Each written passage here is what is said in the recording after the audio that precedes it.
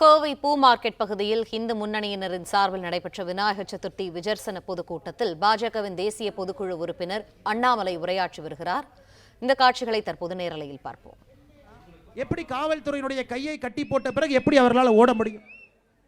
அருமை சொந்தங்களே, இதை ஆச்சரியம் என்னன்னா, இன்னைக்கு காலையிலிருந்து எந்த ஒரு அரசியல் கட்சி இதை பற்றி பேசவே இல்லை. நானும் பத்திரிகை நண்பரை பார்க்கலீங்க. சரி, சாயந்தரம் பார்க்கும்போது அவங்ககிட்ட பேசுவோம். இவ்வளவு பெரிய தவறு நடந்திருக்குது, மிகப்பெரிய தவறு. இதற்கு முன்பு தமிழ்நாட்டில் இந்த மாதிரி ஒரு தவறே நடந்தது கிடையாது. தைரியமா போட்டுட்டு ஜெர்மனி கிளம்பி போயிட்டார், பிளைட் எடுத்துக்கிட்டு முதலமைச்சர். இதை யாருமே கேள்வி கேட்கலனா எப்படி காவல்துறை நமக்காக இருக்கும்? அதே நேரத்தில் இன்னொரு ரிப்போர்ட் கொடுத்திருக்கிறாங்க. இந்தியாவில் இருக்கக்கூடிய பெரும் நகரத்தில் 31 நகரத்தை ஸ்டடி பண்றாங்க. பெண்களுக்கு பாதுகாப்பு எந்த நகரத்தில் இருக்குன்னு 31 நகரத்தை படிக்கின்றார்கள்.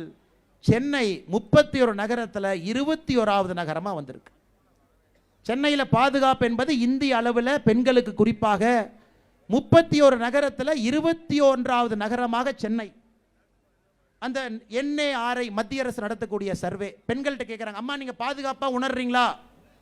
6% பெண்கள் மட்டும் சென்னையில் சொல்றாங்க மிக பாதுகாப்பாக உணர்கின்றேன். வெறும் 6 பேர் 100க்கு. 46 பேர் சொல்றாங்க நான் பாதுகாப்பாக உணர்றேன். அப்போ 6 46 52ங்க.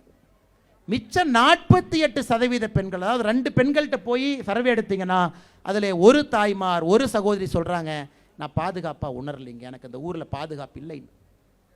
எவ்வளவு பெரிய தலைகுனிவு!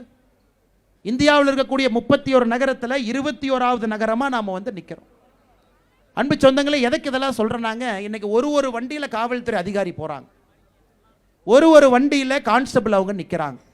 இத்தனை பேர் ஆயிரக்கணக்கானவங்க அந்த பாருங்க, அந்த வெயிட் எல்லாம் அதெல்லாம் கிட்டத்தட்ட 6-7 கிலோ விழுங்க. அந்த வெயிட் எல்லாம் அதெல்லாம் தூக்கி அந்த பாடி ஆர்மர்லாம் போட்டு நிற்கிறாங்க.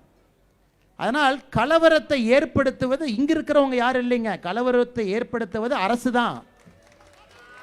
கோயம்புத்தூரில் தமிழ்நாட்டில் எல்லா பகுதியிலும் கலவரத்தை ஏற்படுத்துவது அரசு.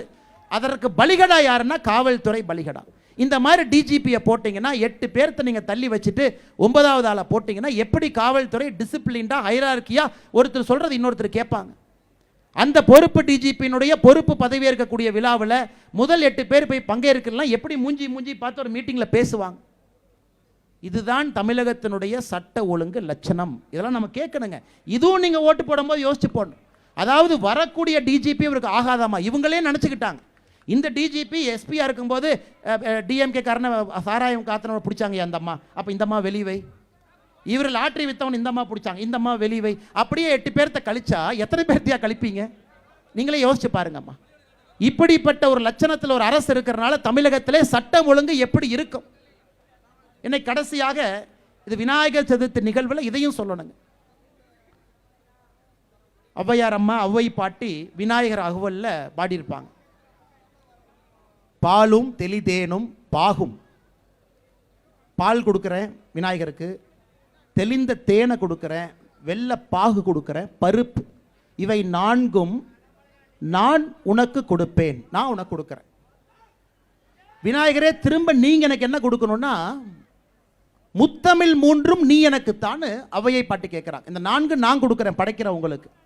பிளே ஸ்டோர் மற்றும் ஆப் ஸ்டோரில் இருந்து பாலிமர் செயலியை QR கோடு மூலம் பதிவிறக்கம் செய்யுங்கள்.